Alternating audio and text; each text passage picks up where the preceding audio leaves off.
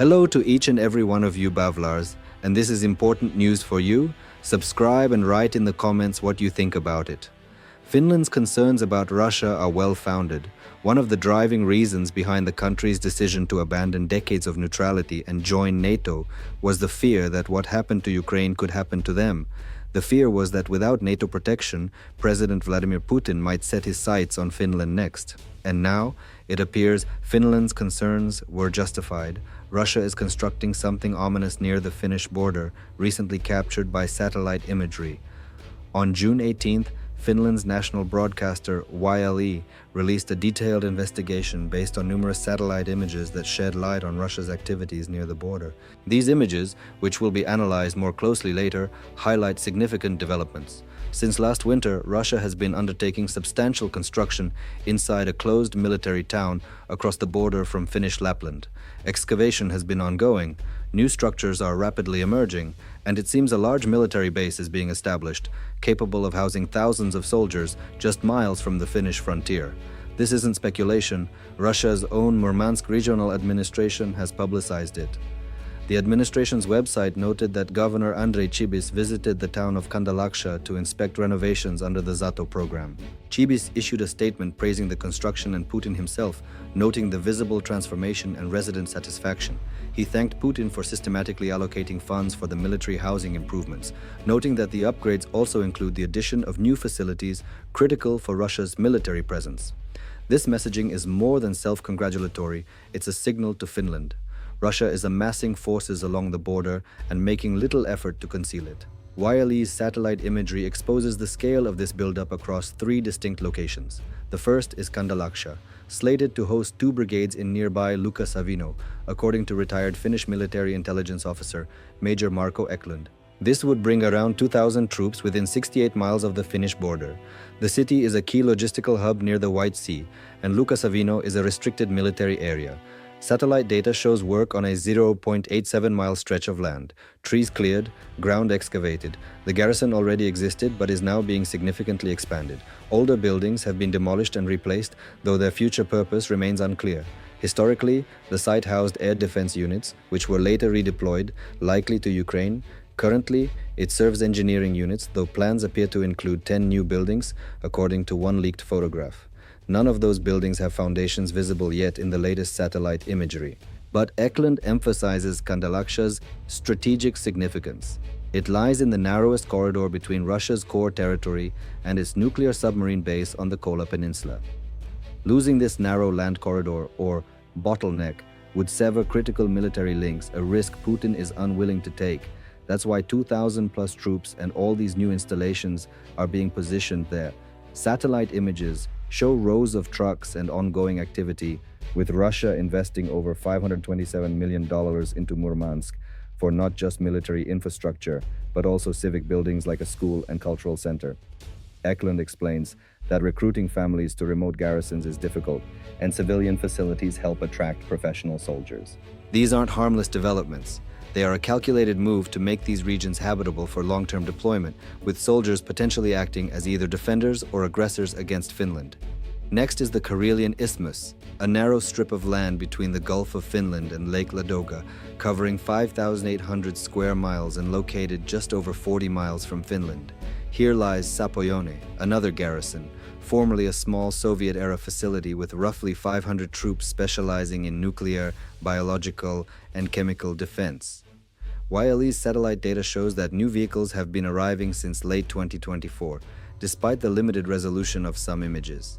A comparison between May 2023 and May 2025 reveals that the previously empty vehicle depot is now significantly stocked. Eklund believes the buildup includes engineering vehicles, potentially for building pontoon bridges, hinting at the capability to cross into Finland. He suggests this expansion may support the nearby Kamenka Garrison, just 31 miles away, which is being upgraded to a division, typically housing around 6,000 soldiers. This implies an increase in troop presence near Finland. It's even possible Sapoyone itself could become a secondary garrison, hosting additional troops due to its remaining infrastructure and ideal training terrain. The third focus is Karelia, stretching from the White Sea to the Gulf of Finland. In this region, Russia has established the 44th Army Corps, which YLE estimates could soon host 15,000 troops close to the Finnish border. Nearby, Petrozavodsk is playing a major role in this expansion. It houses a massive depot of Soviet-era equipment that has seen growing activity since 2022. Recent satellite images show 2 storage zones now full, alongside new structures that may either secure sensitive gear or restore older hardware for future deployment. A new railway troops brigade and an aviation unit have been established in Petrozavodsk as well.